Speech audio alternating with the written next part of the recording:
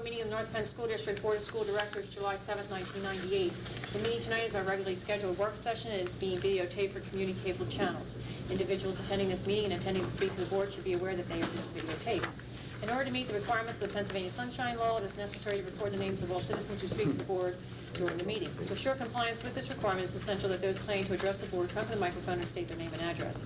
Members of the audience are asked to limit their questions and comments to no more than 5 minutes. This limit will permit time for all those who wish to speak to the board to do so. Whenever the members of the audience exceed this time limit, the board president may ask the individual to yield the microphone to the next speaker. And this is in reference to board policy 8344.2. Last Friday night, I guess it was, there was an incredible display of fireworks down at Wissahickon, and Mary Fakish was there, weren't you, Mary? Do you think the Wissahickon School Board should cancel those fireworks? What do you think? Yeah, okay, nor do I. So, in light of that, since you enjoy the fireworks, why don't you lead us in a pledge, if you will? Teacher. To the flag of the United States of America, and to the republic for which it stands, one nation, under God, indivisible, with liberty and justice for all. Now you're wondering how I knew that, didn't you? No. She knows everything. A bunch of board members were watching the fireworks, and you walked in front of a car driven by one of the members here that you took great risk in walking in front of the car. Don't look at that. Maybe that way, Vince. Let the record reflect that it had nothing to do with that. Vince, why are you looking at me like that? Speed kills, thank you. Okay, ladies and gentlemen, it should also be noted for the record that there was an executive session tonight at 6:30. Substantive content was conducted till about 7:15, and it was for matters of personnel. Community services and policy, I'll turn to Mr. Sierpinski unless Dr. Hassler has something you'd like to add. That's fine. Okay, Vincent. Tonight we have up for discussion some updated board policies and an opportunity to discuss an updating of a board policy. And actually, I guess I'll turn the floor over to Judy so she can handle this, explain what we did and why we did it.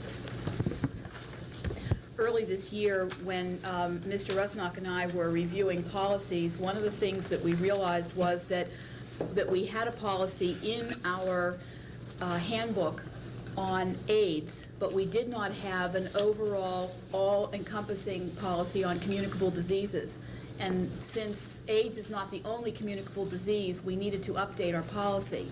And so Mr. Rusnock and I worked together with Mr. Tucker from Sweet Stevens, Tucker and Katz to create policies both for staff and students that would cover us in the event that we had a situation where we were dealing with a communicable disease.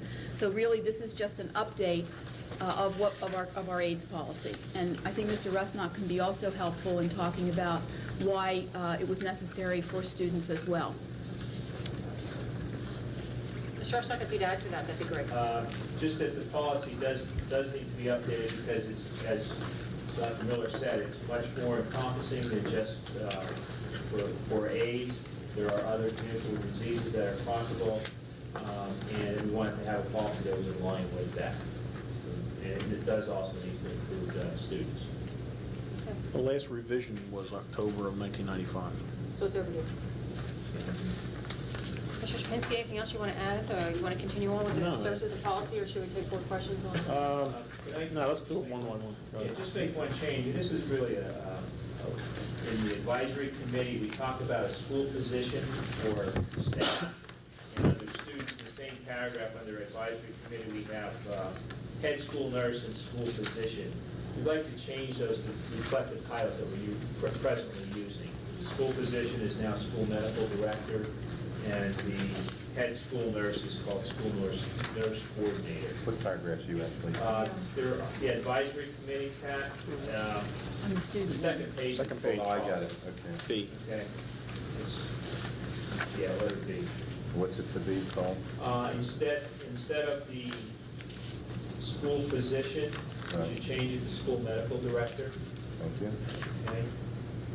And then in the student policy, which is also letter B,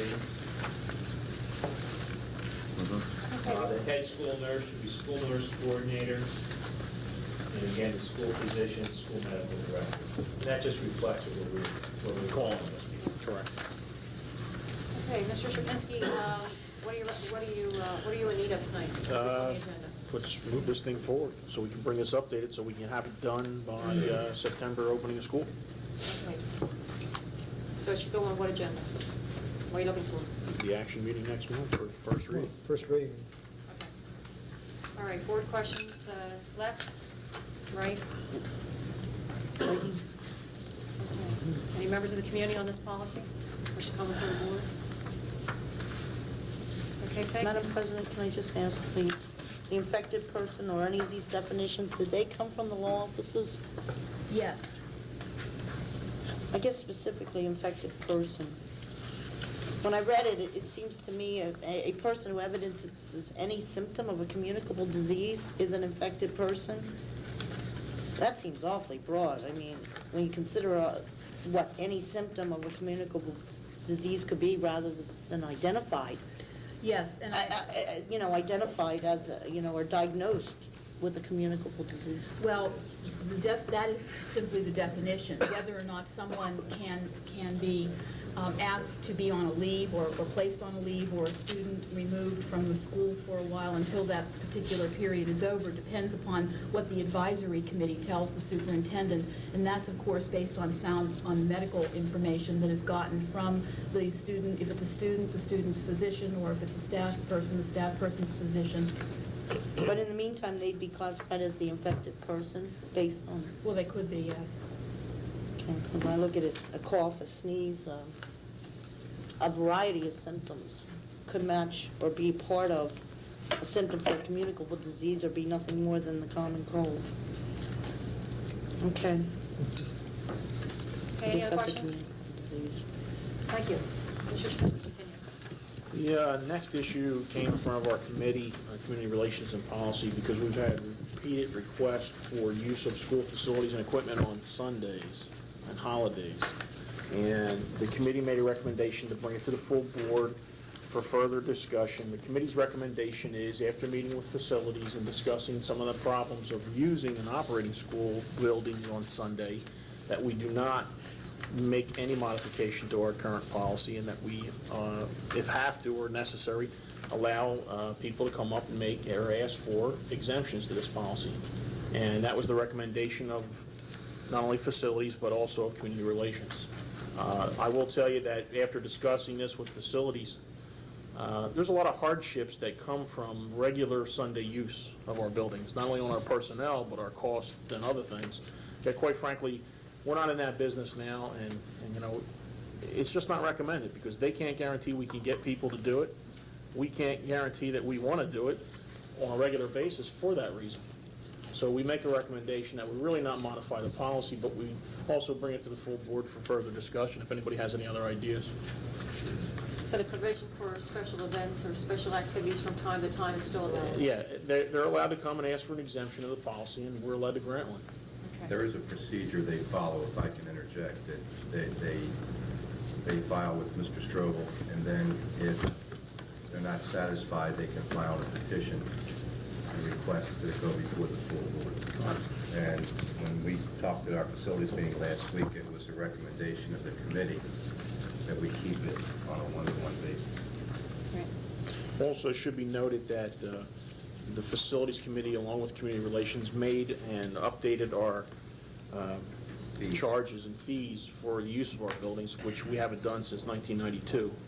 And that is at the superintendent's discretion to set. The committee's made recommendations, and I believe they've been accepted by the superintendent. So that should also be noted.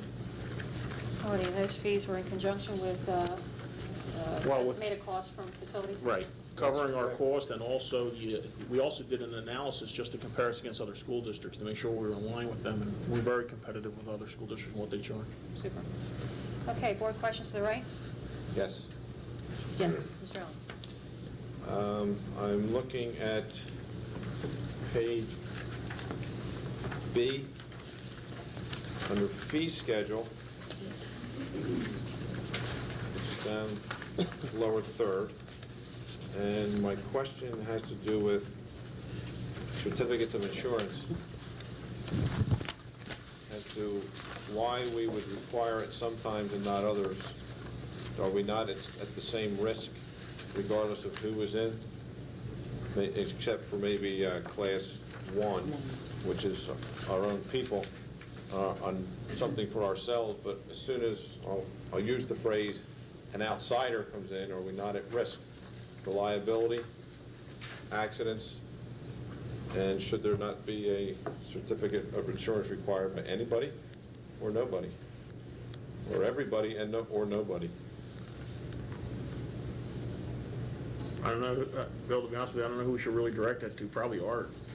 Since we've had that I problem would just before. say, Bill, in conjunction and in prior conversation with prior solicitors, it was agreed, for an example, if you look at Class 3 or even Class 4, it's so difficult if you're having the Girl Scouts, the Brownies, the Boy Scouts, they're not in a position to get you a certificate of insurance. And that's one of the reasons that we waived that. And we recognize, certificate of insurance or not, we're going to be named in any lawsuit that Yeah, comes but we can forward. also share the burden. Yeah, but how do you go back to the Hatfield Township Brownie Troop and ask for a certificate of insurance? You're Sure, they're sure? a national organization, once they come, Well, so don't they have an umbrella like we They have an should. umbrella? I don't know that. I mean, the advice we had in the past is with nonprofit organizations, not all of them have the ability to get you a certificate of insurance. Well, you know what, Mr. Allen, that is a really good question. I'm glad you brought it up. Solicitor, if you would please look at this again. According to Mr. Wood, that recommendation came from former solicitors. Would your firm reevaluate that? Class 2 and Class 3, where no insurance certificate is required, and see if that's not, double check and make sure that that is sound. And Mr. Allen, again, I appreciate that question. Do you have any more? No, thank you. Anybody else left? Mr. Mike, Rieger? wait. Were you on this side? Yeah, I was. Mrs. Sharp? Okay. Mine dealt specifically with that also, but I'd like to respond that I know that there was a nonprofit organization that was having a prayer vigil in our parking lot. They would have fallen between classes 2 or 3. And I know insurance was required of them in order to have that event take place. And it has occurred since 1991. I think might even We have, know that that issue was raised, that it was placed in a discriminatory fashion, they felt at the time, that we didn't always require the other civic organizations to do that. And I just want to concur that that was the one point that stuck out at me, that we are treating Class 2 and 3 at the same level. Essentially, there's no difference in the language except one's phrase, school district insurance required, while the other one says no insurance certificate required. For all these organizations, which I think should assume the liability for the usage of, or for accidents, because they may be having events in which the event itself raises the liability factor. we've always requested certificates of insurance when we felt there was a liability situation, a serious liability situation. To give you an idea of how that worked, when Tolmenson Township used the high school facility for fireworks, we requested a certificate of insurance. If you look at this, actually, they would fall in Class 2 or Class 3. Well, no, they charged, didn't they? And not, well, they didn't charge. See, there was no charge. They took donations for collections, but denied that they were going to do that. So we really put them in Class 2, but did require a certificate of insurance. But therein lies the problem. Can you say one thing in policy and then in practice decide that even though you're under this class? So Well, I let me agree, respond to we that. really need to. And that's the reason Consider- why we wanted to discuss this policy, because if we want to update it, that's fine, but we're going to have to make changes. What you just reiterated to us about somebody being asked to provide an insurance policy when they fell into one of these classes was a violation of this policy. Now, the Right, board didn't that's vote what I on mean. that, so how could it be asked for if it's not in this policy? Right, but it was. Now, I can understand Art's position of, we're talking about some serious events here that might have some liability, without a doubt. So we ought to try to address the issue completely if we're going to modify the policy. I mean- I will say this to you, I understand that the issue about the Brownies or the Girl Scouts or the Cub Scouts showing up, getting an insurance rider from them, from the national organization, naming us, it could be a real problem for some of these little guys, because some of these guys are very small, 8, 9 people. I mean, I don't know how we'd have to go about doing The this. ice hockey team. And you know what? That was a lot easier for them to make a phone call and get it than some of these other groups. Well, first, let's find out, though, really, I think a lot of these organizations need to have their insurance certificate available for other uses. I mean, We should- I think that, we should do an that each analysis of troop it to see probably what it is. needs to know what its insurance I provisions think are and have that. civic organizations. It's just that we don't like the Boy require it. Scouts have They should Oh, have yeah, I it. know they do. What I'm saying is maybe we should see who's using our facilities now and do a quick analysis of how much of a burden this would be on They may everybody. need additional Okay, well- rider or something to cover this. Mr. Shine, do you have any questions? This is going back through the solicitor, he's going to check from his end, and then Art, would you compile a Just list check of on all call. bodies that have used our facilities? Just check on cost, what, what it would cost, so small organizations, I'm just curious, For the rider?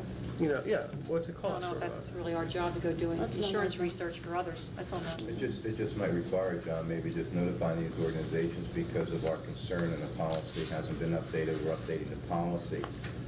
That it might be wise for them to overlook their policy and see if they have insurance, and if not, what they would need. I mean, I understand I'm that, sure but it's the same people using I our just facilities don't all want the to time. see a small organization. No, I agree. Get knocked out over an insurance issue, that's all. But John, I'm sure I know when I belonged to Boy Scouts, they had insurance. Well, because- it's not just the Boy Scouts, it's other. Yeah, I'm just saying though, organizations. most of the organizations do have some sort of Right. insurance. Okay, questions to the left, and Mrs. Krieger? Thank you. I agree that I'd like the solicitor's office to take a look at those classifications and how they relate to the fee schedule requirements as well. I do have personal knowledge, though, that there are nonprofits out there, a lot of sports groups, community sports groups that utilize our facilities for practice and games. Sometimes they're asked for a rider and sometimes they're, or certification, and sometimes they're not. So I think that we also have to take a look at, as Vince was saying, fine-tuning who it is that we require this certification from and who we don't. Also, I noticed that this basically addresses the use of our facilities by community groups. What about community organizations that utilize our internal personnel for the scheduling and planning of events that involve our students, but events that are paid for in total by our students, such as the annual 9th grade foreign language tour that takes place every year. In the past, the organization, it's always been facilitated by our foreign language director, department head. And in the past, they were utilizing that particular foreign language classroom teacher's classroom for the monthly meetings in preparation for the trip. And they start meeting a year ahead of time, once a month. For some reason, 2 years ago, she was denied access to her classroom for these monthly meetings and was told that it was a decision that the board had made. Oh, is that a student activity sponsored by the district? No, it's not sponsored by the district. It's an outside organization that helps. One of our, their tour is facilitated, helped in facilitation by one of our teachers. And it's a yearly trip. My daughter's on the trip this year. Mr. Schilling's daughter's planning to go on it next year. But for this year, we had to Is that meet. school-sponsored in any way? It's not school sponsored, Should the teacher truly be puts in it class together. one. Yeah, I mean, we specifically denied say access sponsored to or even- related to the school district. They were denied access to even apply to meet in Well, this. wasn't that same reason because of insurance? Wasn't that the issue? I'm not sure, I There never was some talked to kind them. of previous liability Can issue. Right. I clarify the issue of who keeps denying them or asking them for things? I want to I know don't who's know. doing this, so I can get a Well, handle on at what's the going I on. time, saw the it was letter that she's denied by talking about, and they Mr. said, Ware's office. right, Yeah, I saw the Mr. letter, Ware's it said they office, yeah. used to meet at the school that was denied, they were denied access. Yeah, and, I was to me, I mean, surprised. I don't care what classification you put them in, but it seems to me if our students are, receiving the benefit of such an Well, opportunity. it's clearly any organization related to the school district. I mean, Right, I obviously it mean, fits it's that related to us classification. in that our students go, and only our students go on this trip every year. So, Well, it's just. let's do an analysis of everybody who uses the facilities and what we're gonna do. And this Or who way, would like we to can, use the we can facilities. direct our community relations department to make sure that not only are we first consistent with every group, okay?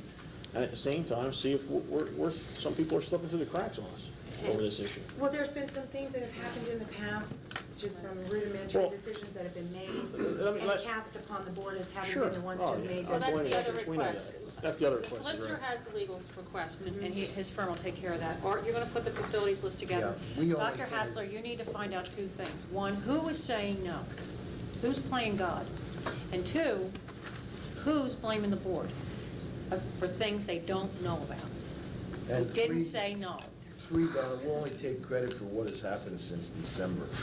Thank you. So, and I think John has managed it very well. John informs us every time We're there's a not having request for anything. problems at all, Right. but past history, I won't take responsibility. And we You might want to should- look into, as part of the policy, Mr. Sierpinski, if you Mr. Wood. consider it, please, that when somebody is turned down, that the board is entitled to just a small memo, a heads up, that such and such a group applied, this is why they were turned down, so that when we get phone calls or aspersions are made that it was our fault, we see it coming.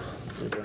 I think Okay, that is Mr. Mr. Muzzy? Strobel's been doing. Yeah, Mr. Strobel does that for the Community Relations Committee. We have a regular We have update been getting from memos them. from John about various groups that have But applied. Pat DeCandle, did the initial scheduling. Wait a minute, sorry? wait a Well, minute. Community Relations. Well, we did it at our Folks, everyone's talking. Mr. Mosey, you have the floor. I just said, I wanted to say is I think that since Mr. Strobel has assumed this responsibility, we have been getting, I know I have at least 2 or 3 memos at home where various groups have applied. And he's, reiterated the board policy and so forth, We've got the recent special requests. I know what you're talking about, but some of the ones are a little more, are smaller in request and generic. We can't be responsible for what happened in community relations before that, no. Yeah. Yeah. Well, requests like that got into the office. It's the ones that are he stopped in the parking lot I worry about. That's right. Anybody else on this side? Well, the question I had is that shouldn't all these requests come to the Communication Relations Office? Yes, they should. Most of the time, that's the process, but they're communicated directly to facilities because that has to be coordinated with facilities. Okay, well, yeah, that They way. come to community relations, First. then they go to John. Right. Plus, we have a John new handles it manager from of there. community relations, so before Christine came on board, all these things were being shuffled right to John. Right. So John has we'll to bring them back in-house and make sure they're in one department so everybody knows who to talk to, and then we'll refine these questions here. Okay, so everyone has a small task, and if you get back to us by maybe the next meeting, that'd be great. Open to the community. Anybody have any questions in this area? Yes, Mrs. Olkowski. My Lions organization, yes. We have insurance. Jane Yolkowski, 10 Manson Township. I have several comments and questions. One is when we establish this fee schedule, will that be published? Is it going to be a schedule where everybody pays the same, or is the superintendent going to have discretion over who pays what? Dr. Hassler has approved this new schedule, and you're welcome to have my only copy.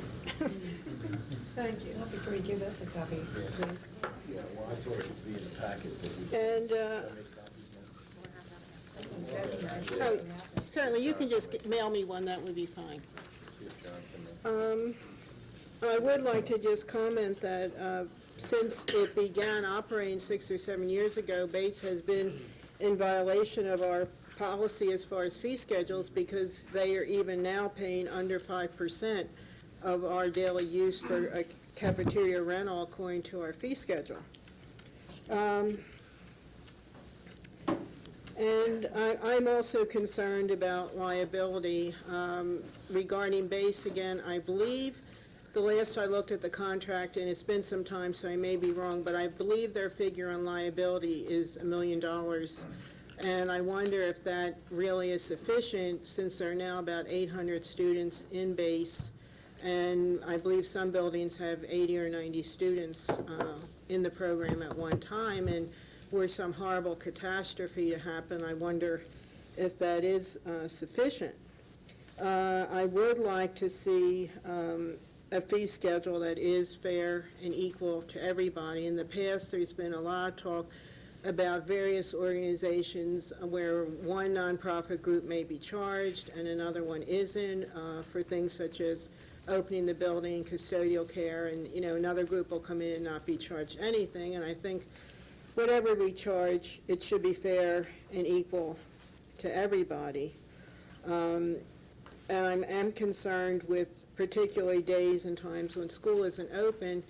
If we do have a lot more expenses than we realize with opening buildings, such again with base as the days when they use buildings when school is closed, such as the in-service days, and I believe perhaps a few of the holidays, such as Martin Luther King Day, where we're doing janitorial work, perhaps that we wouldn't otherwise be doing it all in those buildings because the buildings are closed as far as our school day, but base is using them.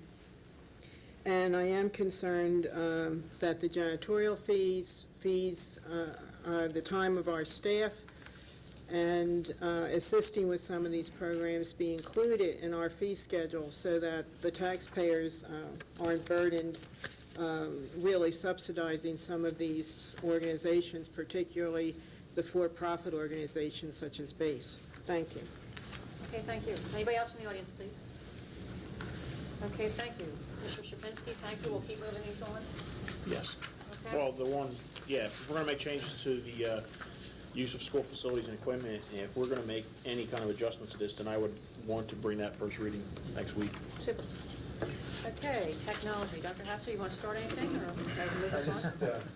I'll turn it over to Mr. Hill in a second. Just say, in an effort to keep the board and community updated on our progress with the technology plan, at each of our meetings we'll bring forward any purchases that we're recommending, and Mrs. Klein's also here to give a brief update regarding our implementation process and also filling the positions that were approved as part of the plan. Before you begin, Mr. Hill, I just want to put on the record, and I would appreciate, Carrie, if you would take back to your paper that two-part series that was done on technology in our district was absolutely fabulous. To read such a positive article on this school district was refreshing, and it would probably behoove your company to go to a 7-day-a-week paper instead of once a week. I think competition like that would be greatly relished in this area. But that positive two-part series was made you proud to be in North Penn, and Mrs. Klein is clapping. Also, a pretty decent article, it was positive for a change, was the one done on the high school edition. Yeah, that was nice. Dave, I think that was yours, the high school edition. That was nice. And that, too, was a very good article, but that kind of positive news is greatly appreciated by the community and this board. So, Mr. Hill. Golly, I don't know what to say after all this.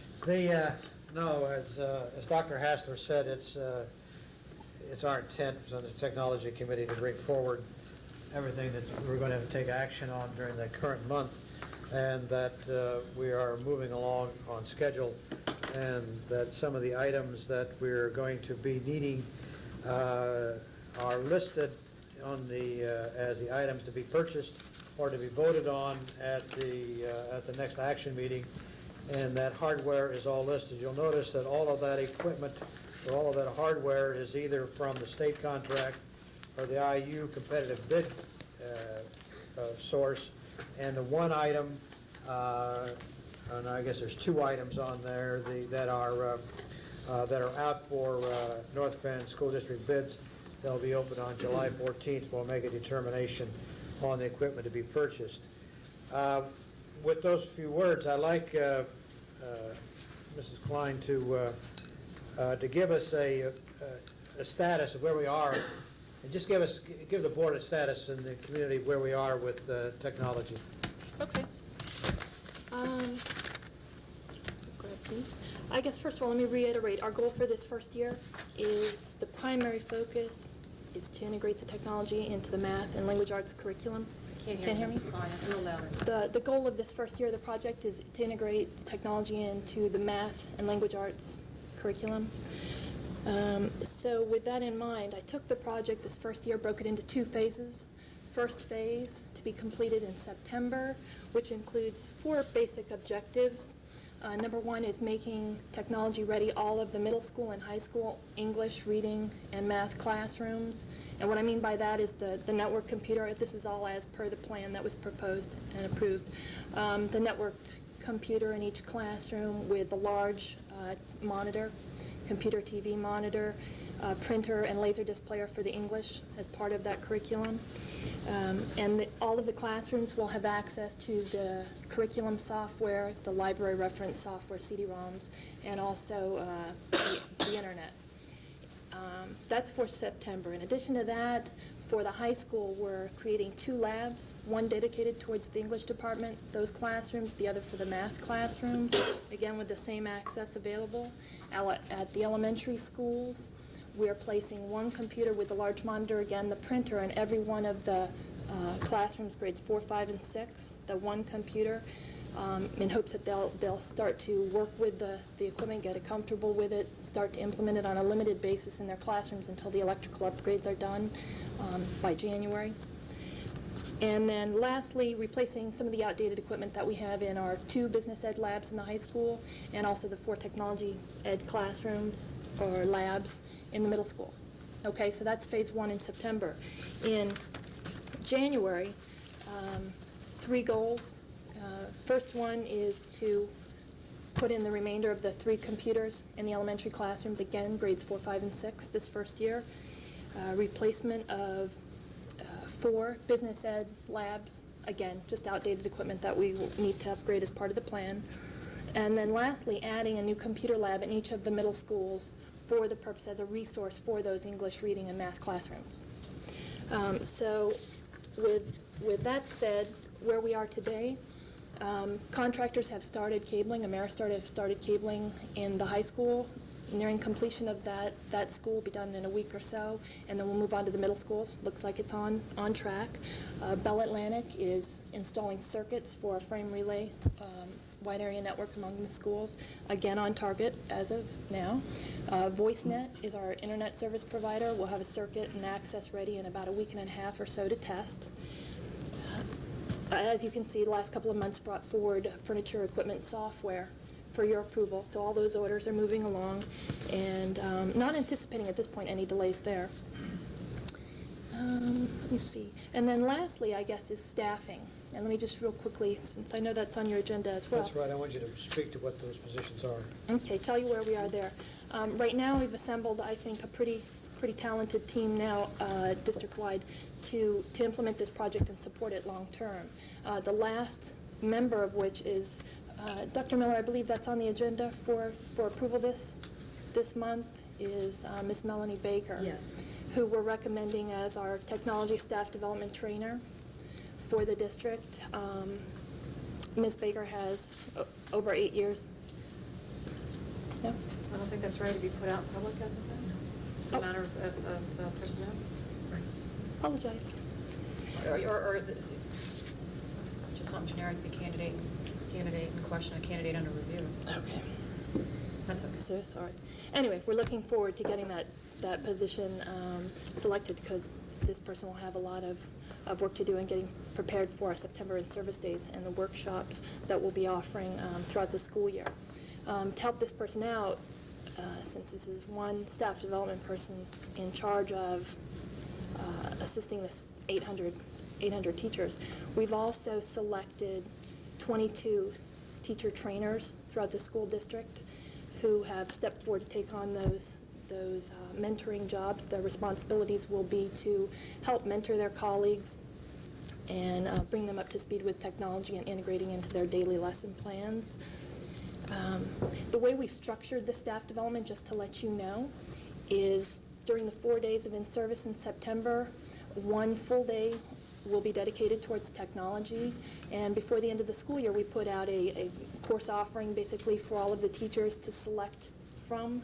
We have over 30 workshops that they can select from for that day, and also these offerings will be offered every week throughout the school year for teachers also to take advantage of.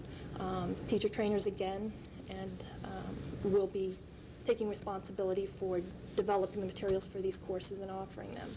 So that's what we have in plans for in terms of staff development. One more quick note on that. We've also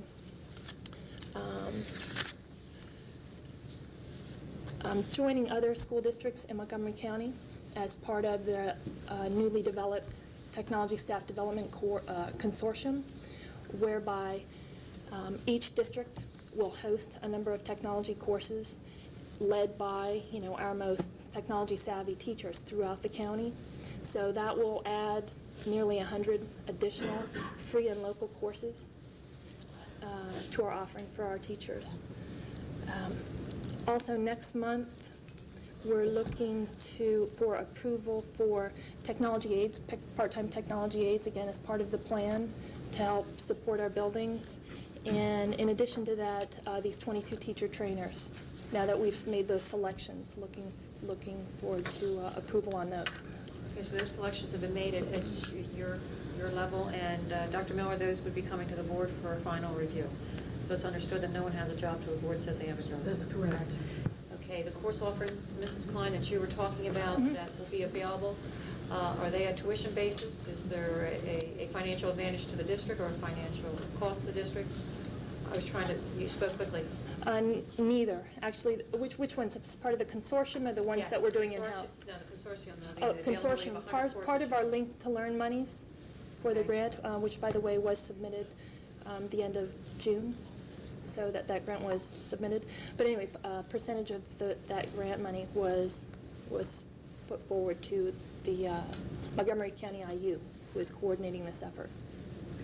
You said about our most savvy teachers could be placed in a position where they're placed into a situation where they could instruct some of these courses?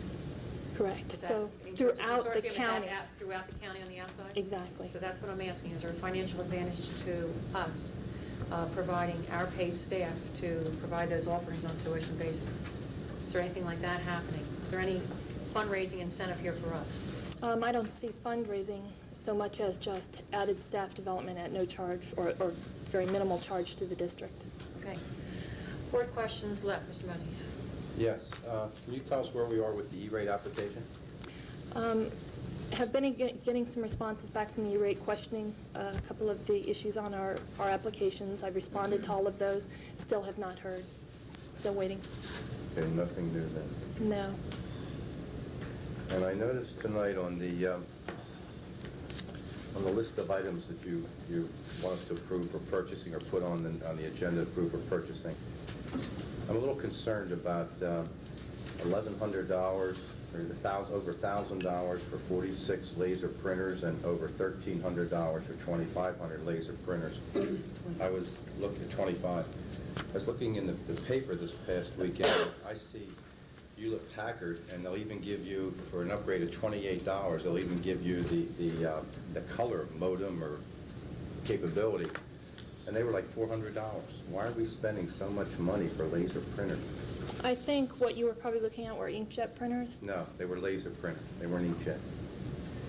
I wished I'd brought the article with me, but it was in Sunday in the back of one of the sections in Sunday's paper.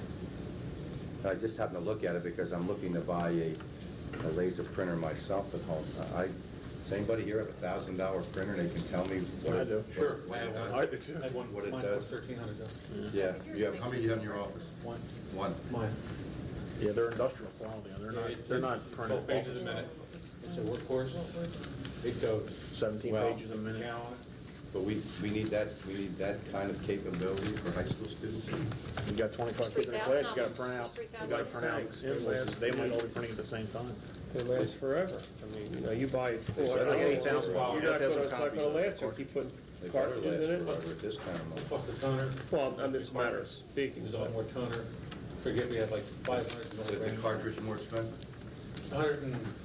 Yeah, I mean, there's a big difference. Again, we get Really, there is. I mean, our real estate. Well, that's fine, John, but I'm just concerned with the fact that we're spending that kind of money, for Well, yeah, computers for but I think school. you'll last, if you pay $400 for it, it won't last I mean, I don't nearly think as these long. kids are gonna be on these things 8 hours a day. The school session isn't even that long.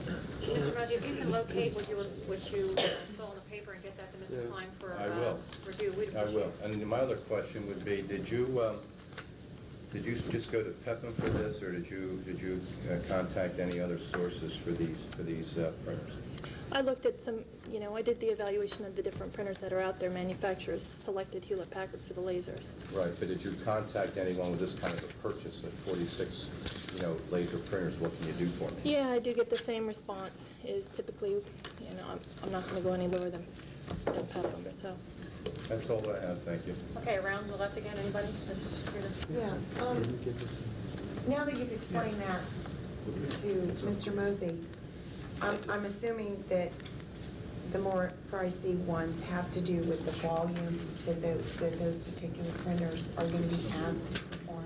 Exactly. Does volume have anything to do with the difference between those and, say, the inkjet printers that we're going to be using at the elementary, in the elementary classrooms and the individual classrooms at the middle school? Right. These Volume and longevity, I guess. and longevity? The Okay. speed, Cost right? cost per page, things like Okay. that. Speed, too, I carried it. The 13 at the planning center at the high school and the 4 at the planning center at the middle schools, are the planning centers the libraries, or are those, Planning centers are Planning like the rooms for- faculty rooms. okay, those are work faculty rooms. rooms that are going to have? Correct. Okay, so I guess I could assume that many of the teachers may be using these printers for putting together what they used to mimeograph off? Exactly. Okay, so rather Putting than materials just together. use one master off the printer, they will be able to duplicate many of those copies, say, like a corporate office does during a presentation or something. Right, or- put many copies together. Or even if they do copy them, they currently have difficulty finding somewhere to actually produce materials for class. Okay, because where we save here, we will also see we should see savings with like copy paper and stuff like that, perhaps? That I don't know. Maybe not, okay. I mean, I know that printers are expensive, but I too had a concern with just the cost difference, so, and you clarified that for me, so there's 13 different planning centers at the high school, and they're each getting one of these? Correct. So we're not gonna be putting any more in the planning centers at the high school after this purchase? Right. Okay, and then the 4 at the middle school, that's it? That's all the departments that need those? Right. Just this 4? 2 at Penndale, 1 at Brook, and 1 at Field. Okay, Brook and Field aren't gonna want another one come down the road, huh? Well, they're networks, so they can all print to that one printer. Okay, the items, the Pioneer laser discs and the multimedia projectors, they're coming to us through a cooperative purchasing bid through the IU? Yes. Okay, and did we see a copy of that bid? Did we ever get a copy? Because I don't recall getting a copy of that bid. I didn't see that. I'll check. Okay. So I kind of like to see that. And the 22 teacher trainers, that's great. I'm glad that we have so many capable people inside to help us get this going with those who maybe are not as efficient at computer use as others. But Dr.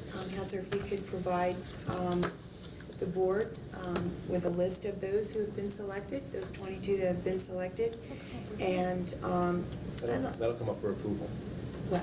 In August. those people. You're welcome for approval. That'd be Okay. part of just personnel. Well, did we approve the mentors for the new hires last year?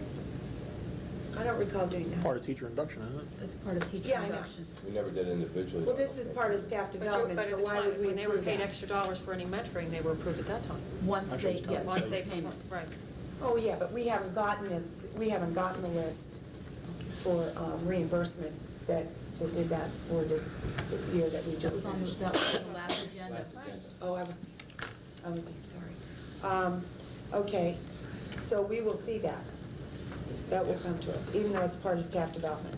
Yes. Okay. And I'm really interested in also knowing the teachers that they're going to be mentoring, the number of teachers that are going to be responsible for mentoring, and who they are, and just a refresher on what the total compensation for them for their efforts will be. And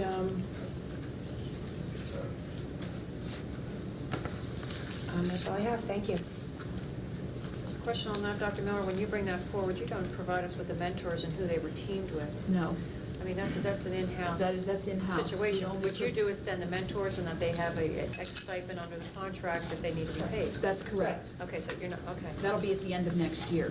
All right, so you're not, don't. You know, I don't did put that have, as- I'm sorry, I did have one more question, Ms. Nagle. The bid that is in the packet agenda tonight for the TV computer monitors and the accessories, it says at the bottom that those bids will be opened and read at an official meeting on Tuesday, the 14th. Which meeting is that?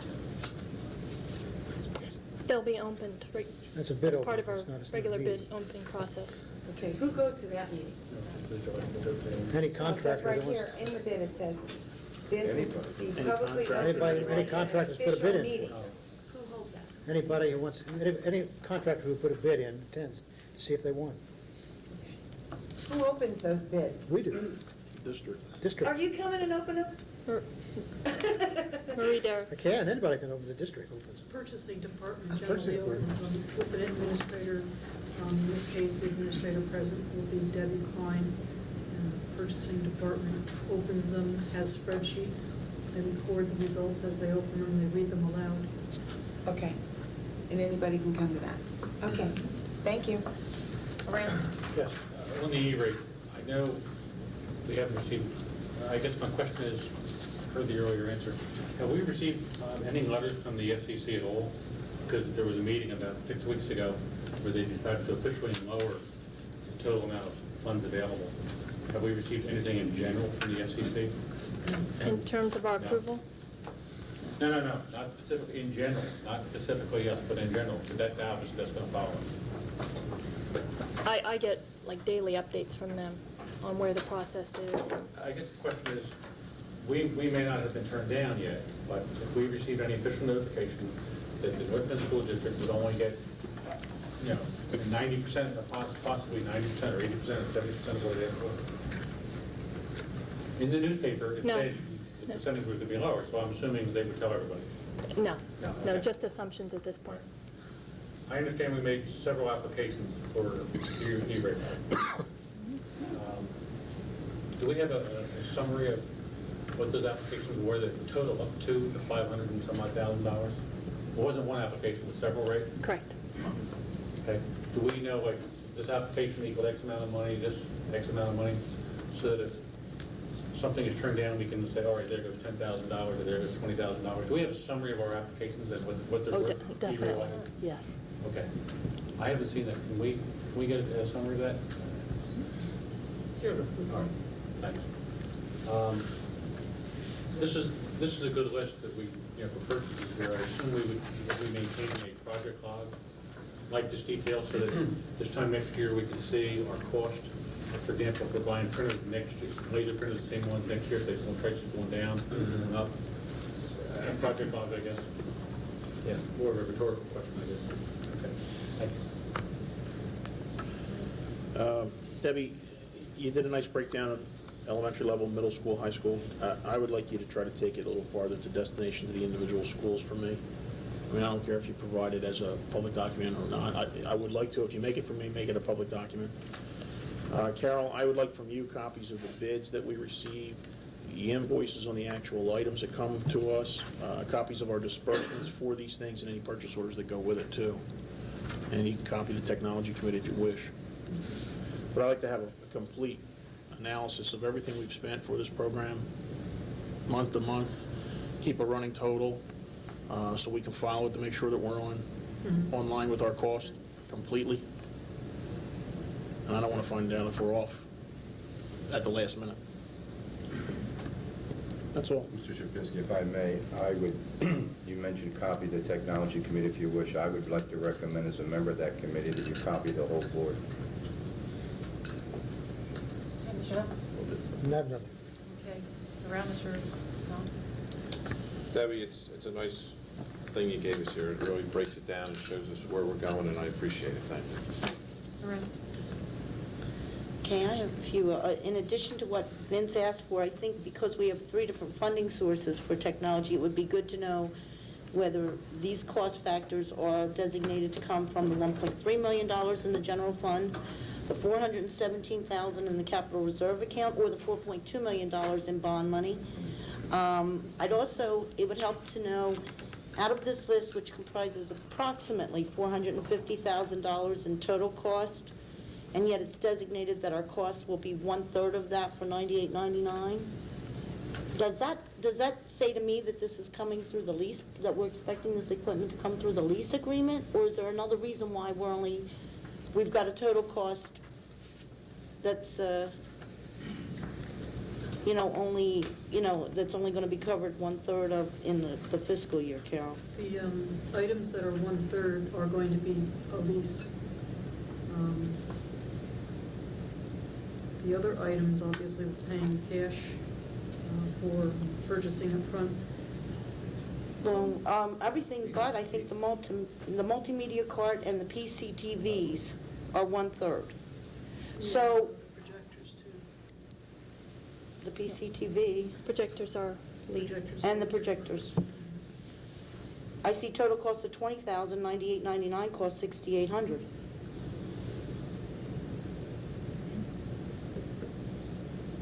That's right. So the projectors are coming through the lease too?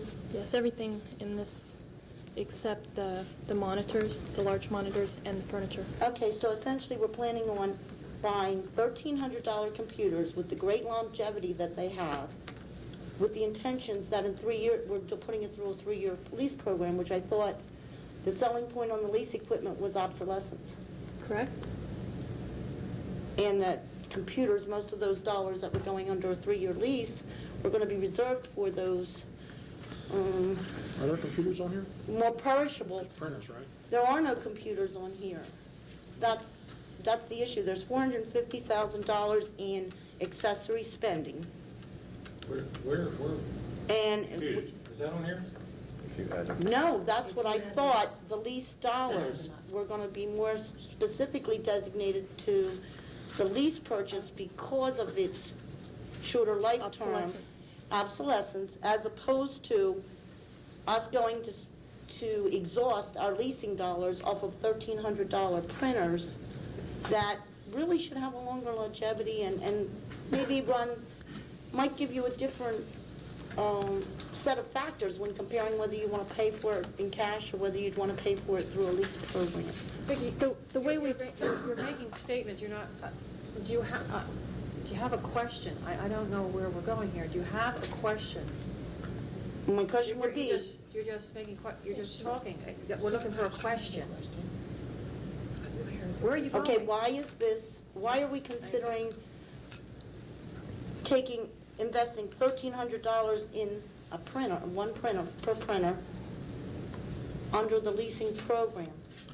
And Carol, if you want to correct me if I'm wrong, but the way we structured this in the original plan was to take those items that we felt had a long lifespan, meaning 10 or more years, and we would not be leasing that equipment. Then there was the computers, which we felt had a much shorter obsolescence period. Those were definitely leased. Anything that kind of fits in the middle, as per the plan, like the printers and whatnot, we're not quite sure what that lifespan will be, so we did lease those. We still have the option in the lease to purchase those at the end of the lease agreement. Do we have... Is that accurate, Kim? Yeah, I think Mrs. Scher hit it when she said the issue of obsolescence and durability. The printers are not expected to have any longer durability than the computers, and yet the district retains the prerogative to purchase them in the 4th year if they're in good condition and they're still useful. Okay. Well, most of these $1,300 printers are going in planning centers. Are they teacher planning centers?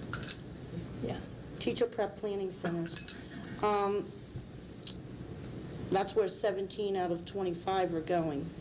I heard the issue of speed.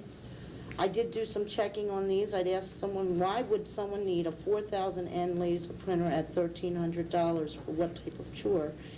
They said the greatest benefit would be if you really had high-tech architectural engineering planning with great detail where you needed the expanded memory. That would come there as opposed to, say, a $400 printer, or $500 if you want the laser quality. I think especially now that it's designated that this is coming under the leasing program, I need to know what educational benefit there is to the school system through purchasing or leasing a $1,300 printer as opposed to a $500 printer. Time. Well, and from But these are planning centers, and I'd have to disagree with This is a good price. Frank. Excuse me, it's a good price compared to what? If you want a 4,000 N laser printer, if you need a 4,000 N laser printer. Durability? But it's leased, it's under a 3-year lease, John. Yeah, but you don't want to, you want to get a Excuse me, I good have the printer. floor. I mean, this isn't something where you're just going to make a few, I mean, students are going to use this stuff. It's it- like, you know, buying something which is durable, Mrs. Scher, than buying something that may last 3 months and break down. Excuse me, I have the floor. Oh, I'm sorry, Mrs. Scher. And I just have to say that when I look at our dollars that have been designated towards technology, it concerns me that we're talking very limited pieces of equipment here for $450,000 in the classroom. There's a printer for 125 classrooms, and there's a digital PCTV for 125 elementary classrooms. And yet there's $450,000 without any computers attached to them yet. I don't know, I guess for everyone to understand, if you don't need a 10-speed Schwinn bicycle, then you're better off with a 3-speed, not only for the initial cost, but for the maintenance. And the sophistication generally leads to a more complicated maintenance program in many different ways. I would not want to see laser printers being used to replace Xerox machines. Perhaps, Mrs. Krieger's question about saving money in Xeroxing, I would never want to use my printer that's attached to my computer to make 50 copies of a single sheet that I need just to pass out. Why do you think so they're going to do that, Mrs. Scher? I don't get that impression. because I don't understand the speed issue with the planning centers that. Yeah, I mean, you ever use printers? I use printers all the time. Some of them go fast and some of them go slow. Some of you guys sit there and wait forever. Some of them Well, go, you really should put it in perspective of what it is. A 4,000 series printer, cost per page is between 3 and 4 cents. That's a good The point. cost of a copy is about 2 cents to 3 cents. Right. I mean, so there's an expedience factor, because we don't have copy machines in every school, okay? For teacher use. They're not sitting at planning centers and waiting for running the copies. The other issue becomes, and Pat raised it, because I have 2 different laser printers. I have a 4,000 series printer. I also have a 6L printer. The cost of a 6L printer is about 12 cents a page. Why would I want to save, $400 or $600 and then raise my cost 300% on a printing of a page? I'll lose my money right back in less than 6 months. I mean, that's an insane business decision. So you have to figure out what the cost per page is and why they're looking at this type of high-end equipment. And Vicki, you also do have to remember it is leased, and it is an option that if it becomes obsolescence, we can get rid of it. But the cost is not $1,300. It's $433 a year. Keep it in perspective of what we're doing, because it's broke down by 3 years. Also, we So made that's some not per decisions year. years This is ago per to year. reduce This is per the. year. No, that's the cost of the piece over, and that's the 3-year purchase price. But the total cost is It's not $1,300 a year. It's not $3,600 printer. $1,302. A What little I'm less than concerned is 32, a little less than a third. that Right. we have greater needs than we have perhaps the money to take technology to each and every classroom to the level we'd like to. But when I see, the cost of one printer as compared to being able to buy 3 times as many for the same amount of money, or whether it, or something similar to the cost of a package for a computer. We don't, when I'm looking at $1,300 on a printer for the classrooms and what we have here with the PCTVs, we're talking $5,000 or more computer packages. And being able to go half as far with them. One technical comment that I could make in regards to the printers are that a lot of what we produce in the schools is graphical, and the graphics do require a printer that can function, Mrs. Klein, that's what I wanted to add, and Dr. Hassel, There's you a should number of confirm factors. that we have done, there's been some considerable change in how teachers conduct a school day. We have reduced the number of consumable workbooks and the use of workbooks that aren't completely used. I mean, we all get the workbooks back where not all the sheets have been used and we pay for the whole workbook.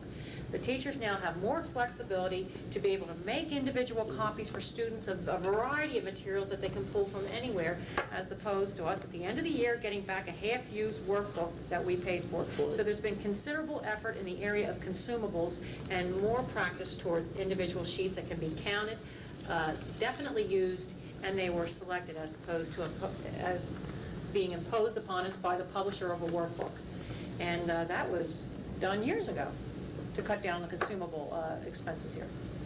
In that same vein, if I may, we approved a new language arts program last year. And part of that program was we were allowed a certain amount of money each year for consumables. Will that reduce the consumables for that program? Are we still going to have to spend that money from that book publisher? Will what? The printers? The consumables. Yeah, will these printers and this technology reduce those consumables in that area? I wouldn't say necessarily so. I think we need to clarify, too, that we're not putting laser printers in to replace photocopy machines. We also have to look at the number of teachers within a department that are using a planning center. In some departments, we have 20, 25 teachers who are going to be using one machine. So the speed is not to produce 50 copies of something or 150 copies.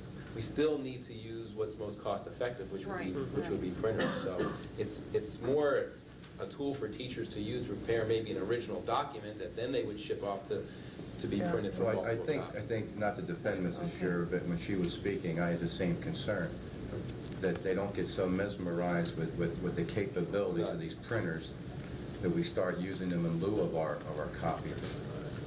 And It wouldn't become cost-effective overall. well, it wouldn't be, but are you going to be there to monitor the use? I'm not. One of the things I did want to add to this whole thing as we talk about implementation, this summer, before this summer is over and as we do our staff development, each administrator, as part of the administrative compensation plan, needs to develop 3 goals. Right. One will be in the area of technology.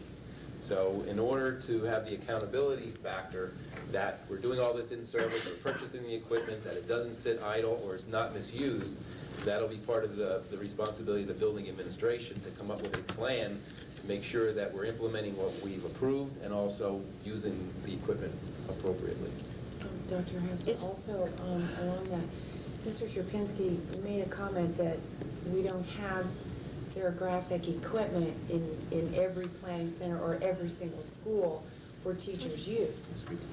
I think we do, and if we don't, then I'd like to know where we're lacking in that regard. Ask her. We have a $200,000 or $100,000 copier back here that runs all day for each school. Well, yeah, but I We think do that here. those are We do a lot of things. central work. Denny That's just a lot of reviewed our central work. Xerox contract a Yeah. few months ago, and that was one of the things I thought I'm that not talking about the special you paid projects that attention to they was ship to here see for the coverage in reproduction. the copiers. Well, there's other things.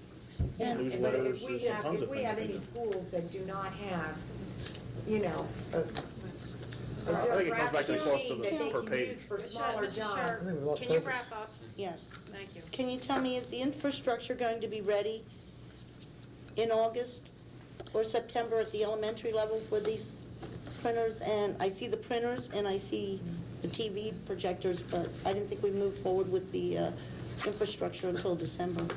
The infrastructure, meaning the electrical upgrades at the elementary school level. This first year, we're not networking the elementary schools. That will come later. So yes, everything looks on schedule for the electrical upgrades due in January. The point of putting the one computer and getting the project started in September was to take advantage of that training, that staff development that we have early in the year. Okay, so you will be setting them up, though, in September, not holding them until December? One computer, correct. The one, and The way I stated it to Dr. Hasser was so that they can get used to one baby before the quadruplets come in January. have we determined what that computer will be, the computers that will be placed in the elementary classrooms? Yes, those came forward last month. Just For approval. those will be just specifically those? Is that it? Okay, I just, if they will follow up, and could you please then tell me where all this money, if it's coming from one source, general fund, capital reserve, bond? I don't think any of this qualifies for bond money, does it? I can give you, I think, was already asked to give an analysis by month in the three funding sources and identify the different pieces and parts that come from rec through funding sources. That's not a problem. That's the same as Mr. Sierpinski's request. Right, but we would have this before the action meeting, too? Just to know what these purchases, what the funding sources for these? No, I don't think it'll be ready this. Why? It takes so long. You know where the money's at. Is that it, Mr. Shelley? No questions? Okay, members of the audience, anybody wish to come up and ask questions, technology fund? Anybody? Okay, thank you. All right, Dr. Haslett, you want to wrap up? I do have one addition that's not on the agenda. We didn't have a curriculum committee meeting this month, and as a result of our teachers working in the summer to do some work, on the agenda, and I'll pass this out now, it just we're able to get it together. We do have recommendations for 2 textbooks. The Mathematics C+C technology course that was approved as part of the program of studies in December, and also the book called Living Religions, which was also approved as part of the program of studies. So that'll be coming forward to you, and I know we didn't have an opportunity to talk about it prior to this, but the books are also in my office for anybody who would like to take a look at them prior to them being brought forward. Yeah. Dr. Hassler, what about the new German books? Those are also taking a look. I haven't had the final recommendation on that yet. From the committee? Yes. Okay. I should probably have the next Thursday. Dr. Hassler, do you have multiple copies of those books? Yes, It'll be included? yes. So there's a German book coming, I too. can get more. I just wonder if it was possible to German book's coming. take them out for a day or two. Okay. Sign the library card. Okay, is there a motion to adjourn? Motion to adjourn.